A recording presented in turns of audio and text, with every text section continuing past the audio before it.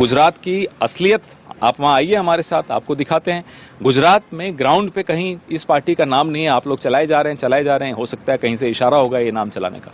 लेकिन आप कांग्रेस कितनी आश्वस्त है? आप लोग भी हम पूरी तरह से आश्वस्त हैं। हमारे वर्कर, हमारे नेता वहां मिलकर संघर्ष पिछले कई महीनों से कर रहे हैं।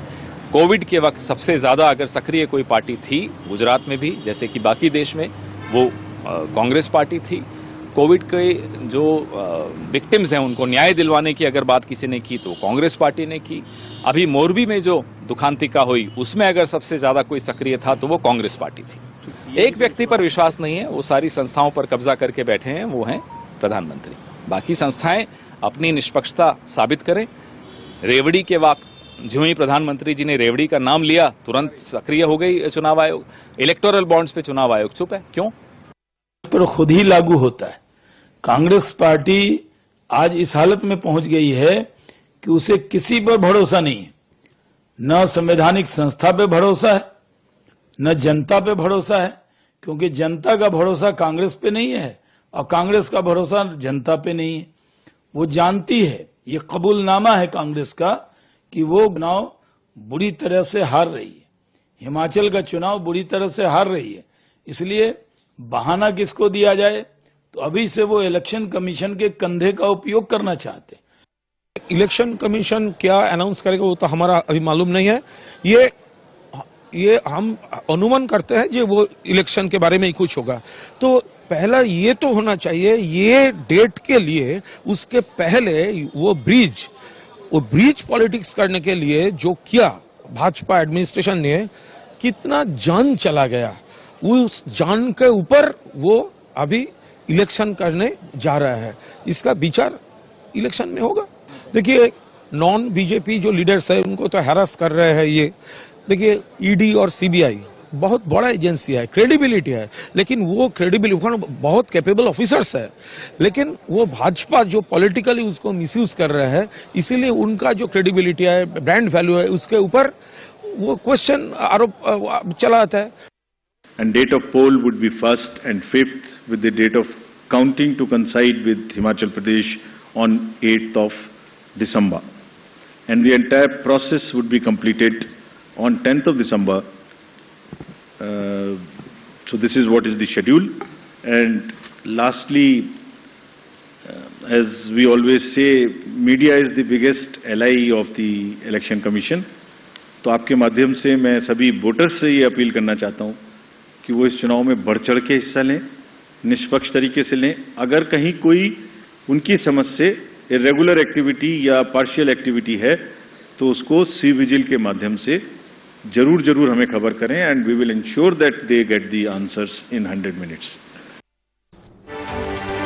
दोस्तों, इस वक्त इंडिया न्यूज की इलेक्शन कवरेज जारी है, क्योंकि जनता चाहती है कि इलेक्शंस में हम आपको एनालिसिस पूरी तरीके से दें। आपने सुना था कि किस तरीके से सभी पॉलिटिकल पार्टीज ने रिएक्शन दिए, और कांग्रेस पार्टी के मीडिया इंचार्ज पवन खेड़ा ये कह रहे हैं, क्योंकि पार्टी काफी आश्वस्त है। गुजरात में जो दर्शक इस वक्त इंडिया न्यूज को जुड़े, मैं बताना चाहता हूं आपको साथ कि मेरे साथ मेरी पूरी की पूरी टीम जो है आपको सबसे सटीक इलेक्शन एनालिसिस देगी, सबसे सटीक एग्जिट पोल देगी, सबसे बड़ी इलेक्शन कवरेज देगी, और ये सब हम आपके साथ लेके आएंगे, सबसे बड़े इंटरव्यूज आपको दिखाएंगे।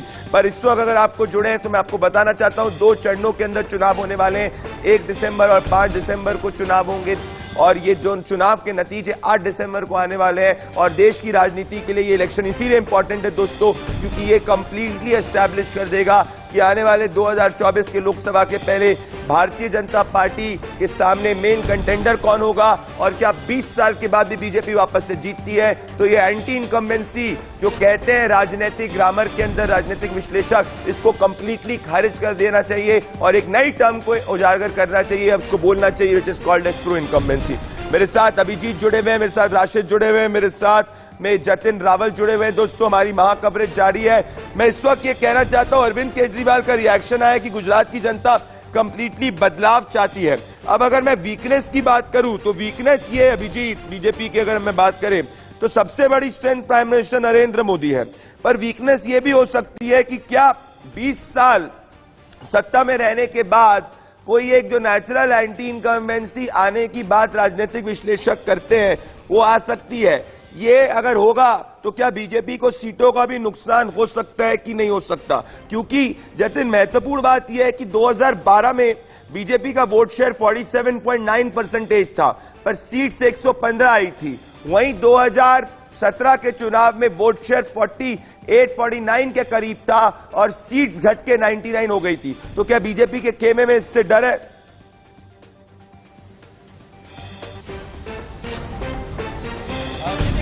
इस बार जो है बीजेपी पूरे माइक्रो प्लानिंग से आगे चल रही है, क्योंकि जो सीआर पाटिल है वो उन्होंने जो पेज कमेटी का जो गठन किया उसी के माध्यम से जो है इस बार जो है चुनाव की प्रक्रिया जो है वो बीजेपी के माध्यम से चल रही है। हर एक इलाके में जो है पेज कमेटी के मेंबर है मौजूद, हर घर पे जाके जो है जो विकास के कार्य जो बीजेपी के जो 27 साल के शासनों में जो किए गए उसको जो पेज कमेटी के जो मेंबर है वो उजागर करे। यानी इस बार अगर देखा जाए तो बीजेपी की सीटें जो है तकरीबन 130 से ज्यादा आएगी। लेकिन जिस तरह से आम आदमी पार्टी ने जो चुनाव जो प्रचार जो शुरू किया था 6 महीने से शुरू किया था, उसको लेके कहीं ना कहीं जो कुछ सीटों में अगर कटौती होगी तो वो कांग्रेस की सीटों की कटौती होगी, क्योंकि कांग्रेस जो है पिछले कई समय से देखा जा रहा है कि कहीं भी एक्टिव नहीं था। कुछ ही समय पहले उसने ग्रामीण इलाकों में जो है जन संकल्प यात्रा जो है शुरू की थी और इसकी वजह से कुछ सीटें कांग्रेस की तो वैसे पक्की है, लेकिन फिर भी आम आदमी पार्टी जो है कांग्रेस की जो कुछ सीटें हैं वहां पर आप लोग कह रहे हैं कि आम आदमी पार्टी जो है कांग्रेस की तरफ हो रहे हैं, पर मैं एक और बात करना चाहता हूं अभिजीत कि ये बाइपोलर इलेक्शन होगा कि ट्राइपोलर, ये महत्वपूर्ण होगा। अगर ये इलेक्शन बाइपोलर की तरफ जाएगा तो फिर आपकी सीट्स भी बढ़ सकती है अगर आपको जनता एज मेन कंटेंडर चूज करेगी। अगर ये इलेक्शन ट्राइपोलर होगा तो बेशक आप कुछ वोट शेयर लेके आ जाएगी, पर बीजेपी को इसका बहुत भयानक फायदा होने वाला है। तो इसको इस एंगल से भी देखना जरूरी है कि 41.44% वाली कांग्रेस पार्टी क्या इस बार 20% से कम अगर गिर जाएगी तो मैं ये कहूंगा कि इलेक्शन बाइपोलर की तरफ जाएगा। पर अगर कांग्रेस 25 से 30% के बीच में अपना वोट शेयर बना के रखेगी तो फिर ये इलेक्शन जो है ट्राइपोलर की तरफ चले जाएगा और बीजेपी जिसका 49% वोट शेयर आया था पिछली बार, उसकी सीटें काफी ज्यादा बढ़ सकती है। अभिजीत। बिल्कुल प्रदीप जी, बता दूं तो जिस तरह से पिछली 2017 के इलेक्शन की बात करूं तो 49% जितने वोट शेयर थे भाजपा के, तो और 99 सीट पे सीमित रह गई थी। मगर इस बार जो चुनाव है और उस बार जो प्रचार जो हो रहा है उसको मद्देनजर रखते हुए, खास करके भाजपा का जो प्रचार है, भाजपा ने जहां जहां भी नुकसान हुआ था 2017 में उसी सीट पे, उसी कॉन्स्टिट्यूंसी पे या इसी डिस्ट्रिक्ट में ज्यादा फोकस किया। आपको बता दूं तो कि आदिवासी बेल्ट जो कांग्रेस का बेल्ट माना जाता है, कांग्रेस की सीटें ज्यादा है, 27 सीटें आदिवासियों के लिए रिजर्व है, तो वहां पर ज्यादातर फोकस किया है। प्रधानमंत्री भी वहां पर कई जनसभाएं संबोधित कर चुके हैं। साथ में सौराष्ट्र में जहां पर नुकसान हुआ था 2017 में पाटीदार फैक्टर की वजह से, वहां पर भी प्रधानमंत्री की और केंद्रीय गृह मंत्री की काफी रैलियां हो चुकी है। और खास करके केंद्रीय गृह मंत्री अमित शाह भी 6 दिन जो गुजरात के दौरे पे थे, उन्होंने जो सौराष्ट्र जोन में बैठक की थी कार्यकर्ताओं के साथ, तो इसी मुद्दे पर मद्देनजर रखते हुए बैठक की थी कि कांग्रेस भाजपा को जो नुकसान हुआ था सौराष्ट्र में, इस बार किस तरह से वहां की जो गवाई हुई सीट थी वो कैसे वापस ले ले, और इस तरह से जो त्रिकोणीय मुकाबला है उसमें भाजपा को ज्यादा से ज्यादा फायदा होगा। सेकंड नंबर पे कांग्रेस रहेगी और आम आदमी पार्टी को थोड़ा बहुत फायदा होगा, इतना फायदा नहीं होगा जितना आम आदमी पार्टी मान रही है कि उनको ज्यादा फायदा होगा। सेकंड नंबर पे दिलचस्प होने वाला है, ये देखना दिलचस्प होने वाला है कि क्या लोकल बॉडी में जिस तरीके से वोट शेयर आया, क्या असेंबली के अंदर भी इस तरीके से वोट शेयर आ सकता है। पर मैं इस वक्त एनालाइज करना चाहता हूं, मैं चाहता हूं और मेरे रिपोर्टर्स और एडिटर्स जो है वो आए, क्योंकि जनता की डिमांड थी। राशिद भी मेरे साथ जुड़ चुके हैं। राशिद, देखिए, मैं प्राइम मिनिस्टर नरेंद्र मोदी को एनालाइज करना चाहता हूं, उनकी अपील को एनालाइज करना चाहता हूं। अगर मैं ध्यान से देखूंगा तो हर इलेक्शन मैच को, हर इलेक्शन नैरेटिव को, हर चुनावी गणित को अगर कोई एक व्यक्ति इस देश की राजनीति में फेल कर पाया है, उस व्यक्ति का नाम है प्राइम मिनिस्टर नरेंद्र मोदी। राशिद, 2014 के बाद कहा गया था कि उससे ज्यादा सीटों से नहीं आया जा सकता, 2019 के अंदर उससे ज्यादा सीट, उससे ज्यादा वोट शेयर में है। कहा गया था गुजरात का चुनाव 2017 में प्राइम मिनिस्टर नरेंद्र मोदी नहीं जीत सकते, ज्यादा वोट शेयर के साथ में जीते। और यह व्यक्ति ने अपनी पार्टी में जो वोट शेयर की, बीजेपी जो एक हिंदी बेल्ट की पार्टी हुआ करती थी, उसको एक पैन इंडिया पार्टी बना दिया। तो मुझे लगता है कि जिस हिसाब से इलेक्शन मशीनरी है बीजेपी की, राशिद, ये इलेक्शन में बीजेपी को एज है। सिर्फ एक व्यक्ति के कारण, प्राइम मिनिस्टर नरेंद्र मोदी, जिनका डायरेक्ट कनेक्ट है वोटर्स से, पार्टी की मशीनरी के एग्नोस्टिक। राशिद, एकदम ठीक आप कह रहे हैं प्रदीप। अब यहां पर ये देखने वाली बात है, प्रधानमंत्री नरेंद्र मोदी एक ऐसी शख्सियत जिनके सामने सारे एडजेक्टिव छोटे पड़ जाते हैं। प्रधानमंत्री भारतीय जनता पार्टी के लिए मास्टर स्ट्रोक, प्रधानमंत्री भारतीय जनता पार्टी के लिए ब्रांड, और जहां पर ब्रांड की बात होती है ना, वहां पर गुजरात में कांग्रेस भी नहीं टिक पाती है, वहां पर आम आदमी पार्टी भी कहीं मुकाबले में नजर नहीं आती है। सीधे तौर पर प्रधानमंत्री ने भारतीय जनता पार्टी के लिए गुजरात में पिछले 24 साल में जितनी लंबी लकीर खींची है ना, इसका मुकाबला कर पाना किसी के लिए मुश्किल क्या बल्कि नामुमकिन नजर आ रहा है। अब राजनीति 3 तरीके की होती है गुजरात में, आप तो बहुत अच्छे से जानते हैं प्रदीप, क्योंकि जमीन पर आप रह करके आपने न जाने कितने सर्वेस किए हैं, न जाने कितने पोल किए हैं। चाहे गुजरात की राजनीति 3 तरह से चलती है, कदवा पटेल की राजनीति चलती है, लेउवा पटेल की राजनीति चलती है, कोली समाज की राजनीति चलती है, लेकिन प्रधानमंत्री की स्वीकार्यता तो आप देखिए इसी गुजरात में जो मुस्लिम बाहुल क्षेत्र हैं, लगभग 23 मुस्लिम बाहुल जो विधानसभा के इलाके आते हैं। आप विधानसभा चुनाव 2019 में चले जाएं, लोकसभा चुनाव माफ कीजिएगा, लोकसभा चुनाव 2019 में आप चले जाएं, लोकसभा चुनाव 2014 में आप चले जाएं, विधानसभा चुनाव 2017, उससे पहले 2012 में या 2007 में, या फिर जो हाल के जितने लोकल बॉडी इलेक्शंस हुए हैं, वहां पर सिर्फ और सिर्फ एक ट्रम्प कार्ड प्रधानमंत्री नरेंद्र मोदी।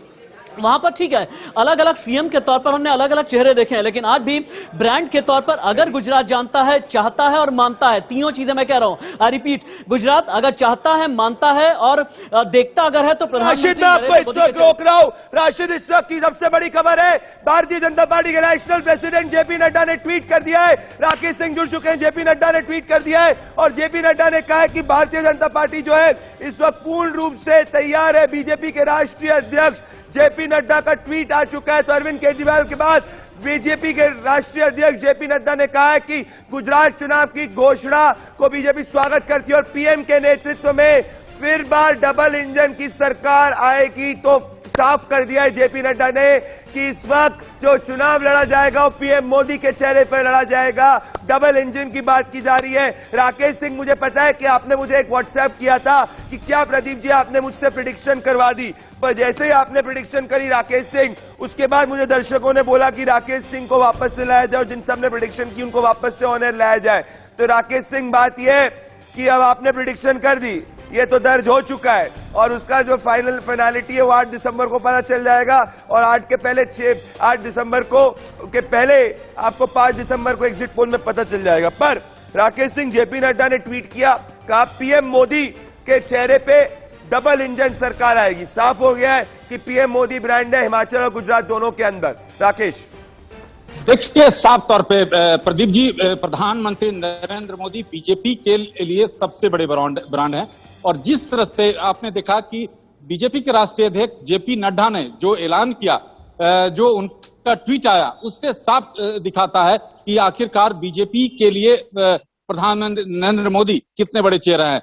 जहां तक बात किया जाए कि बीजेपी गुजरात चुनाव को लेकर पूरी तैयारी बीजेपी की पिछले 1 महीने से लगातार सूक्ष्म तरीके से चल रही थी। जो बीजेपी के लिए चिंता की बात थी कि उत्तर गुजरात और सौराष्ट्र कच्छ में 2017 में जो उत्तर गुजरात में कुल 32 सीटें थी, जिसमें भाजपा 14 सीटें जीत दर्ज की थी, जबकि कांग्रेस के खाते में 17 सीटें गई थी, एक अन्य के खाते में गई थी। सौराष्ट्र और कच्छ की बात किया जाए प्रदीप जी, कुल 54 सीटें, जहां पर 23 भाजपा के खाते में, 30 जो है कांग्रेस के खाते में, एक जो है अन्य के खाते में।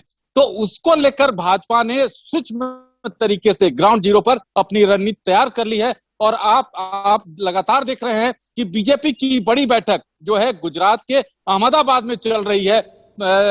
जो नंबर 2 हैं, यानी जो बीजेपी के चाणक्य हैं, अमित शाह। मैं कहना चाहता हूं, बीजेपी के नेशनल स्पोक्सपर्सन गौरव भाटिया ने भी ये ट्वीट कर दिया, ये कहते हुए कि बीजेपी की लड़ाई किसी पार्टी से नहीं, सिर्फ और सिर्फ प्राइम मिनिस्टर नरेंद्र मोदी खुद गुजरात की अस्मिता का प्रतीक है। केजरीवाल से दिल्ली में संभाला नहीं जा रहा, पंजाब में बदहाली है, गुजरात कैसे संभालेंगे, ये बड़ी बात हो गई है, ये कहा जा रहा है। तो बीजेपी पूरी हमलावर है। दोस्तों, इंडिया न्यूज सबसे बड़ी कवरेज आपको देगा, सबसे सटीक एग्जिट पोल इंडिया न्यूज जंग की बात का सबसे महा कवरेज 8 दिसंबर की मेरी पूरी टीम के साथ में, और आज सबसे बड़े इंटरव्यूज और सबसे बेस्ट ग्राउंड रिपोर्टिंग हर विधानसभा से देंगे। मेरे साथ जुड़ने के लिए धन्यवाद। बाकी की बुलेटिन जारी रहेंगे। नमस्कार।